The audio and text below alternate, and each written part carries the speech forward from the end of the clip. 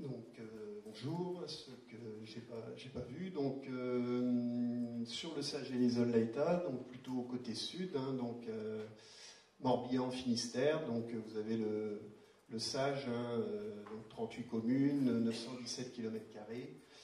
Et donc tout l'amont qui est morbihanais, hein, avec une petite frange costarmoricaine, mais vraiment à la marge. Et donc sinon, voilà, morbihanais et l'aval et finistérien avec la Leïta, donc qui fait la frontière entre le Morbihan et le Finistère.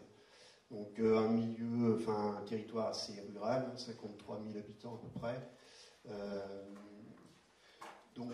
Avec des particularités quand même assez fortes, hein. 1600 km de cours d'eau, donc 70% en tête de BV, c'est à peu près ce que tout le monde a, je pense. Par contre, 15% du bassin en zone humide, hein, avec des communes, une ou deux communes jusqu'à 30% de leur territoire en zone humide. Des nombreux réservoirs régionaux de biodiversité, voilà, le bassin de Lélé fortement connu pour la production du juvénile en saumon.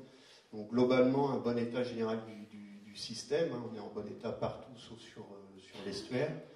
Et donc 900 exploitations agricoles. Et donc une autre particularité aussi, c'est des prélèvements assez importants, à peu près 12 millions de mètres cubes, hein, en forte diminution. Et surtout, 65% des besoins sont industriels. Donc papeterie, agroalimentaire, conserverie. Donc après, le reste, en fait, c'est à peu près 18% pour l'AEP et 17% pour l'agricole. Donc en tout cas, une pression industrielle très forte et donc une forte pression, une forte activité économique liée à l'eau sur le territoire, qui a été, qui vient en fait irriguer beaucoup les réflexions de la commission locale de l'eau. 38 communes et 917 km². Donc au niveau des actions, des programmes en place, donc le SAGE il a approuvé depuis 2009, hein, c'était un des premiers SAGE nouvelle mouture. Un PAPI donc depuis 2016, mais qu'on a commencé à élaborer en 2014, j'y reviendrai. 2 contrats territoriaux, hein, donc un sur l'amont, un sur l'aval porté par les EPCI. 3 territoires, 3 sites Natura 2000, dont 2 liés vraiment aux vallées, la Leïta et l'Élé. Un programme Bresse-Bocage, un PAEC, et du coup une actualisation de l'état des lieux du territoire qu'on a mené en régie sur 2 ans à peu près, donc qui a été validé en mars 2018, et dans la foulée un PAS, donc un programme d'action stratégique pour l'eau. On n'a pas voulu l'appeler PTE, donc on l'appelle PAS, voilà, ça sonnait mieux. Et donc 2019-2024 pour redéfinir un peu, réorienter la stratégie, à la fois pour décliner le SAGE. Le SAGE il reste valide, et notamment sur l'aspect réglementaire. Par contre, on l'a complété par ce programme d'action stratégique qui à la fois est plus souple, permet de travailler plus en partenariat avec l'ensemble des acteurs et de conforter en fait et d'étendre les actions qui sont énumérées dans le SAGE. Donc lui, il a été validé dans la foulée par la CLE en décembre 2018. Donc, 2 enjeux prioritaires, en fait, on a 5 enjeux dans le SAGE qui étaient vraiment hiérarchisés. Le premier enjeu, c'était la gestion quantitative, donc le manque d'eau en été. Et l'enjeu 2, c'était les inondations et la gestion de crise, hein, à savoir que le SAGE, il a été vraiment, lui, démarré lié aux inondations, mais du coup, c'est un enjeu qui est passé en 2e position.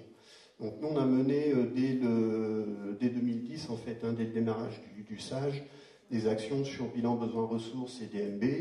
Donc on a beaucoup mobilisé le CRECEP, d'ailleurs, à cette occasion-là, puisque on s'est un peu lancé dans l'aventure des DMB avec pas mal de surprises. Et du coup, en tout cas, c'était nous aussi, un peu comme disait Lucie, hein, il y avait des réflexions sur la construction de barrages en fait en amont du territoire, hein, depuis une bonne vingtaine d'années. Et donc c'était en gros, pendant des périodes de crise, il y avait vraiment des difficultés. Donc nous aussi, il n'y a pas eu de grosse crise depuis 2003, donc il n'y a pas eu de grosses difficultés pour l'instant. Mais en tout cas, c'était est-ce qu'on peut descendre en fait sous le 10e du module sans impacter le milieu aquatique, puisqu'on a vu c'était quand même c'est une richesse sur le territoire. Et puis le pendant, c'était les inondations, évidemment, avec pas mal d'inondations à Quimperlé, 95, 2000, qui ont fait qu'on s'est lancé dans une étude de ralentissement dynamique de crue. Donc toutes ces études structurantes se sont déroulées en fait de 2010 à 2013 à peu près. Et donc ont permis quand même de structurer derrière un peu la stratégie. C'est-à-dire que sur le ralentissement dynamique, c'était est-ce qu'on peut stocker en amont, par quel type d'ouvrage. Il y avait aussi là une réflexion sur des études sur l'estuaire. Est-ce que l'estuaire il est impactant par rapport aux écoulements à Quimperlé, il bloque les écoulements à Quimperlé, et avec une notion alors il y a eu beaucoup de travaux aussi à Quimperlé, donc c'était aussi de les évaluer, de voir la plus-value qu'ils avaient par rapport à la situation de 95 et 2000. Et puis un objectif fort en fait du SAGE, c'est qu'on s'intéresse aux réductions de crues, enfin de risques d'inondation liés à des faibles périodes de retour, donc 10-20 ans. Il est inenvisageable en fait de lutter contre les crues cinquantennales par exemple, c'est pas du tout l'objectif fixé, on sait qu'on n'y arrivera pas, les hauteurs d'eau à Quimperlé sont trop importantes, donc du coup c'est vraiment quelque chose de très structurant aussi de lutter contre ces faibles périodes de retour. Donc très vite sur la gestion quantitative, en fait, le bilan besoin ressources, en fait, et les DNB, ils n'avaient pas, nous, quand on a discuté, quand on a réfléchi autour de ça, on n'avait pas derrière vraiment la perspective changement climatique. En fait, c'est pas trop été intégré dans la réflexion. On s'intéressait à la prospective des prélèvements, etc., mais on n'avait pas pris vraiment en compte ça. Mais par contre, ça permet quand même de montrer qu'on n'a pas un réel déficit structurel sur le territoire, mais plutôt des difficultés ponctuelles. Et en tout cas, ça permet aussi de confirmer le débit réglementaire au 10e du module, partout. Donc ça, c'était quand même structurant, puisque l'étude DNB nous a montré quand même que ce qui était plutôt dommageable sur le bassin, c'était la fréquence de survenue des bas débits plutôt que des bas débits, des très bas débits de manière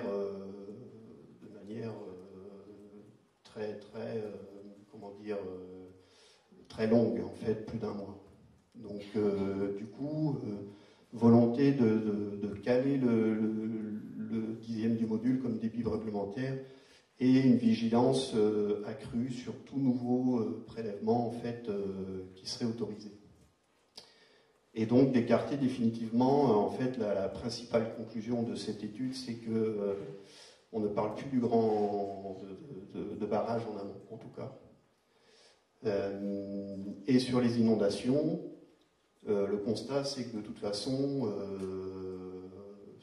Quimperlé est très fréquemment inondé, dès la Q5. Sera toujours inondable, et donc il n'y a pas de solution unique. La réflexion sur les ralentissements dynamiques de crue ont montré qu'avec 2-3 grands ouvrages donc de 9-10 mètres de haut, on stockait pas mal de volume, mais on baissait très peu la ligne d'eau à Quimperlé pour des montants assez importants, et donc nous, de toute façon, les analyses multicritères et coût-bénéfice étaient défavorables, et donc du coup là, à partir de ces deux études structurantes, en tout cas, la volonté de la clé, ça a été de surtout ne pas artificialiser le territoire. Le territoire, il est en bon état, il fonctionne bien, et du coup, c'est plutôt ça qu'il faut encourager pour, du coup, lutter contre les à-coups hydrauliques, que ce soit le manque d'eau ou le trop d'eau. Et donc, s'appuyer sur un panel d'action douce et conforter la valeur patrimoniale du BV. Donc du coup, après, il n'y a rien de nouveau, c'est ce que tout le monde un peu en tête, le plan d'adaptation au changement climatique reprend ça aussi, c'est-à-dire que du coup, Dans le PAS, on a vraiment deux axes transversaux, donc c'est s'adapter au changement climatique qui, du coup, lui, vient renforcer en fait tout ce qui a été décidé depuis 2013-2014. Et puis, par contre, mettre vraiment l'accent sur le rôle des milieux aquatiques, l'attractivité du territoire, du coup, en intégrant vraiment l'idée que la gestion des infrastructures naturelles et l'optimisation de leurs fonctions, c'était ce qui était à mettre en œuvre. Donc c'est autour de la biodiversité du sol, donc des choses sur lesquelles on n'avait pas trop travaillé encore. Tout ce qui est hydromorphologie des cours d'eau, donc on était plutôt sur des CTMA qui étaient de l'entretien, et donc on est passé de plus en plus à de la restauration morphologique de cours d'eau. Un gros travail sur les zones d'expansion de crues aussi, on y reviendra. Et du coup, le pendant, c'est vraiment essayer de valoriser la place de l'eau dans la société, d'essayer de montrer que l'eau, en fait, c'est vraiment une richesse et que du coup, il faut voilà, une volonté de la clé, en fait, d'expliquer les processus, d'expliquer en quoi le territoire, il est à la fois en bon état, il fonctionne bien, c'est une richesse et ça n'a pas empêché du coup le territoire de se développer de manière économique, et c'est cette interrelation-là qu'il faut vraiment encore plus expliquer et conforter. Et donc du coup le PAS, il a été redéfini donc, selon 8 enjeux, donc les 5 enjeux du SAGE, hein, les 5 premiers, et avec un volet eau économie qui s'est rajouté, un volet gouvernance et sensibilisation, donc voilà, 136 actions, et avec nous, on essaye de l'anticiper, mais on voit bien arriver, enfin on y travaille déjà, mais toutes les difficultés en fait, des outils techniques et financiers pour essayer de combiner un peu tout ça, puisqu'on a des financeurs qui soit réfléchissent inondation, soit réfléchissent milieu aquatique. Et toute la difficulté, c'est de montrer que des solutions basées sur la nature ou des solutions douces, elles ont un impact bénéfique sur plein d'enjeux, justement. Mais du coup, c'est pas les mêmes clés de financement. Les analyses multicritères sont plus compliquées. Donc voilà, on commence à toucher le dur avec tout ça. Et puis, voilà, juste pour finir, c'est sur le panel d'actions complémentaires vraiment à mettre en œuvre. Hein. Donc, c'est d'essayer de travailler voilà, sur la restauration de la morphologie du cours d'eau. Alors aussi avec la solidarité amont-aval très importante, puisque comme vous l'avez vu, tout l'amont où on a la majorité des actions à réaliser, au final, c'est Morbihanais, c'est plus pauvre. Et l'aval, même s'il n'est pas très riche, est quand même plus riche. Et donc, du coup, il y a quand même une solidarité amont-aval sur laquelle on travaille et qui commence à être de plus en plus intégrée maintenant entre notamment les deux collectivités territoriales et même une frange de l'Orient agglomération. Et donc, c'est de travailler sur la restauration de la morphologie des cours d'eau, sur la restauration des zones humides. Donc, on a fait une étude sur les zones humides prioritaires, sur le surstockage d'eau, mais donc dans les zones d'expansion de crues. Donc ça, c'est tout un travail d'identification, de caractérisation des zones d'expansion de crues pour les intégrer dans les PLUI, et donc pour les préserver. Et du coup, là, on est dans la phase de modélisation de scénarios pour essayer d'identifier des ZEC prioritaires sur lesquels on pourrait surstocker. En fait, donc elles fonctionnent déjà plus ou moins. L'idée, c'est vraiment de les surstocker par des solutions douces de 2 à 3 mètres maximum, donc en combinant en fait à la fois de la restauration de zones humides, à la fois du reméandrage, à la fois du bocage, en gros d'essayer de trouver des sites où on pourrait avoir des actions combinées pour avoir plus d'efficacité. Et du coup, tout ça aussi sur des actions hein, comme les interactions haute surface ou souterraines, plusieurs en ont parlé. Nous, c'est vrai qu'on est, on est très intéressés par tous les travaux qui peuvent justement essayer de mettre en valeur ces connaissances-là, de comment on améliore en fait les interfaces entre eau souterraine et haute surface. et donc aussi sur les fonctions assurées par le sol, gestion intégrée des eaux pluviales, par des méthodes alternatives, ce sur quoi, pour l'instant, il n'y a pas eu un gros travail de fait. Donc voilà, je vous remercie.